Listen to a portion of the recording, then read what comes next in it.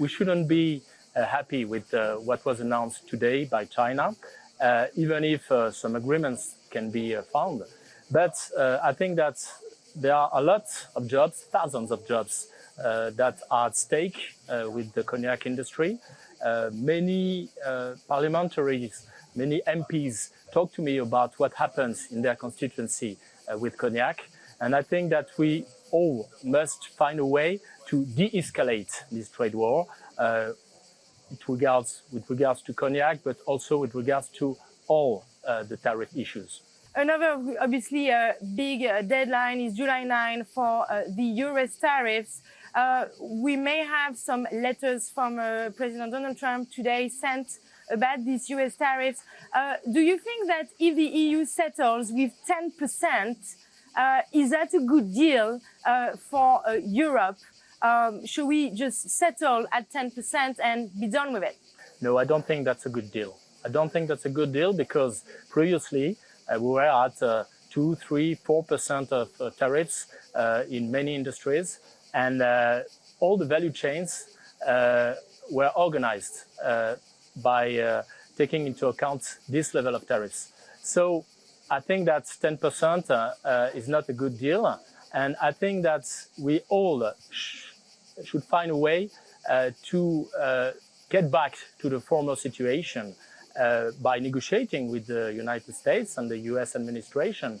And I think that the goal of the Europeans should be to get back to the previous situation, the previous tariff levels. And I think that to achieve this goal, we need to stay united. You need to be very firm in our answer. And we need to take into account the actual impacts of the tariffs on value chains. And I'll give you an example.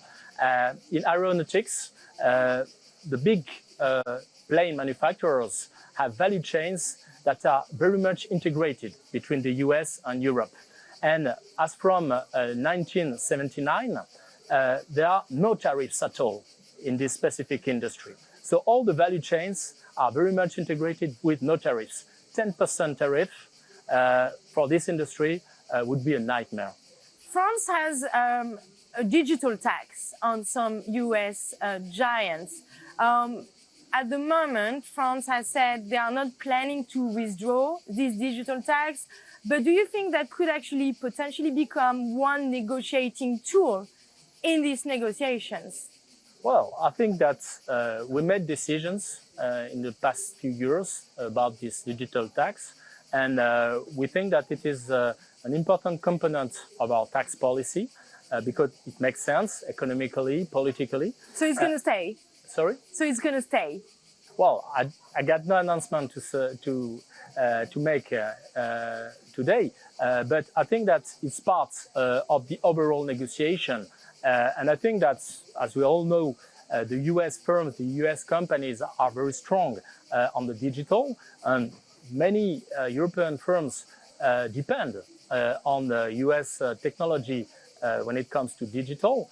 So we also have to take this fact into account, the fact that taxing the digital may have impacts on the value chains. But we are very much aware of the fact that this tax is an important tool of our tax policy. So which industries are going to be the most affected by these new US tariffs? Well, it's quite difficult to say. Some industries have direct impacts on them because they are exporters to the US. But you have another phenomenon which is quite concerning to us, is the redirection of Chinese flows that were targeted to the United States and that now are coming to Europe. And as we all know, China has built overcapacities in a wide array of industries, and it makes it quite sensitive and quite dangerous for our industries to see this redirection of Chinese exports.